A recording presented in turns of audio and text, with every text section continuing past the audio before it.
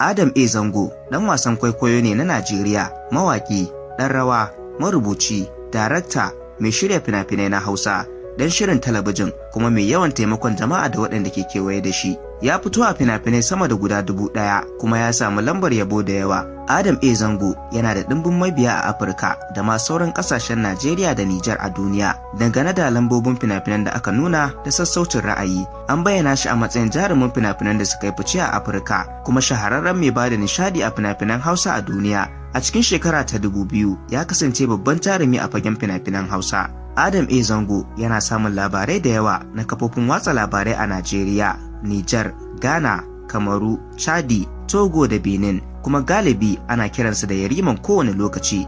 Adam A. Zango shine kadai wanda mutane suka shaida a matsayin wanda ya fi kowa baiwa a Kannywood, kuma ana kiransa babban tauraron Hausa na duniya. Dangane da binciken shahararsa, sama da mutane miliyan 300 ne a duniya suke son Adam A. Zango. Yana ɗaya daga cikin masu nishadantarwa mafi girma a Najeriya, kuma ɗaya daga cikin shahararrun mashahuran mutane a tallan talabijin. Adam A. Zango ya kasance jakadan kamfani na gwamnatoci da ƙungiyoyi masu zaman kansa a ƙasar Najeriya baki ɗaya. Adam Abdullahi Zango an haife shi ne a watan Oktoba na shekara ta 1985 miladiya a ƙaramar hukumar Zangon Katab da ke jihar Kaduna a Najeriya. Sunan mahaifinsa Malam Abdullahi, mahaifiyarsa kuma Hajiya Yalwa Abdullahi. 'Yan ƙabilan harshen Hausa ne kuma mabiya addinin Musulunci.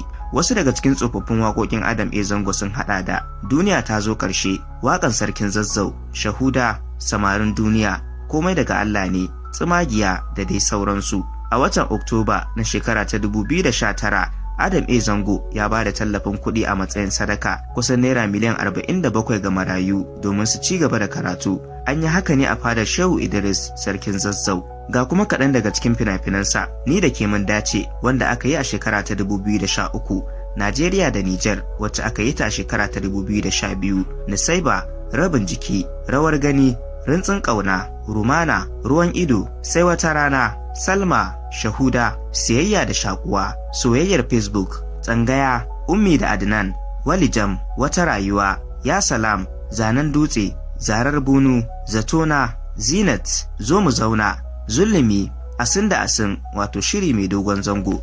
Adam A. Zango ya zamo jigo ga rayuwar wasu manyan jarumai a Kannywood, domin kuwa ya reni yara da dama a cikin harkar, kuma a sanadiyarsa tauraron wasu jaruman ke haskawa a yanzu. Shine kadai mai tarin masoya da karancin makiya a Kannywood, domin shi din gwani ne kuma abin burgewa ga kowa. Wannan na zuwa muku ne daga Umdaz Online TV tare da ni Abba Hassan.